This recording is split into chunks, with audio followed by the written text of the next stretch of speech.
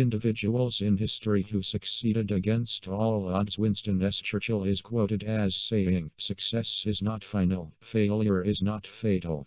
It is the courage to continue that counts." There are numerous people in history whose struggles are proof of the extraordinary courage they possessed. Even when every circumstance was screaming at them to quit, these people prevailed and turned their days of adversity into a lifetime of success. Here are 10 such individuals in history who succeeded against all odds. 1. Frederick Douglass was born into slavery, separated from his mother at a young age, taught himself to read in secrecy, and was beaten severely when his attempts at learning were found out.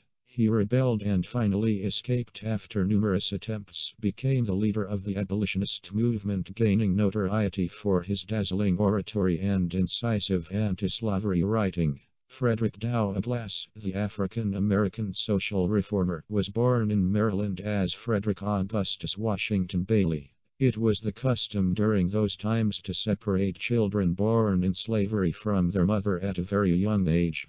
This happened with Douglass. At the age of 12, his master's wife started teaching him but stopped when his master disapproved.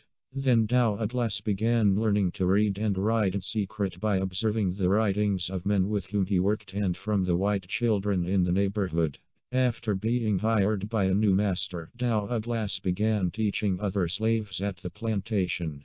When masters of the other slaves found out, they hit them with clubs and stones and the teaching was discontinued.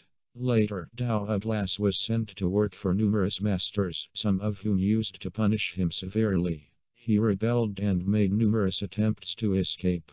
On September 3, 1838, he escaped successfully by boarding a train and reached New York. There he married and adopted the second name, Douglass. Soon, Douglass began attending abolitionist meetings and started giving eloquent speeches. He traveled to Ireland and Great Britain where he delivered lectures in churches and chapels. His powerful oratory drew masses, and the facilities were often crowded to suffocation. Douglass is best known for his autobiography narrative of the life of Frederick Douglass, an American slave. He wrote the book so eloquently that some skeptics doubted whether it was actually the work of a black man. Source 2. Claudius, a Roman from a noble family, suffered from several health problems throughout his life, avoided assassination of his family because nobody thought he was a threat. Later he became the emperor, conquered Britain, which was considered impossible at that time, and became one of the greatest rulers of ancient Rome. Claudius was born into a Roman noble family, yet his family considered him to be an embarrassment. His unattractive appearance, ill health, and clumsy manner were the reason behind their disdain. He drooled, stammered, and limped, and even his mother thought that he was dim-witted. That's why no one had any expectations of him, and Claudius was left to continue his own study and amusements.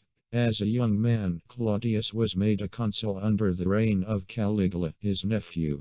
Caligula used to humiliate Claudius through practical jokes and tormented him relentlessly. Claudius' fate changed on 24 January 41 when the Praetorian Guard killed Emperor Caligula and his family.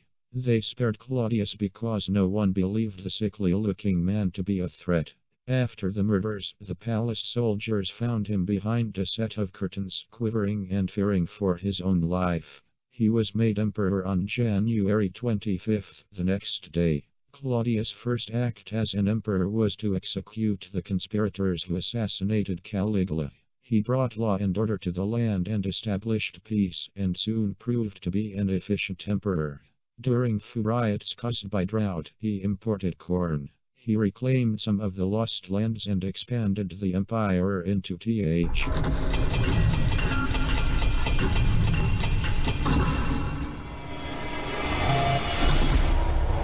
Subscribe now.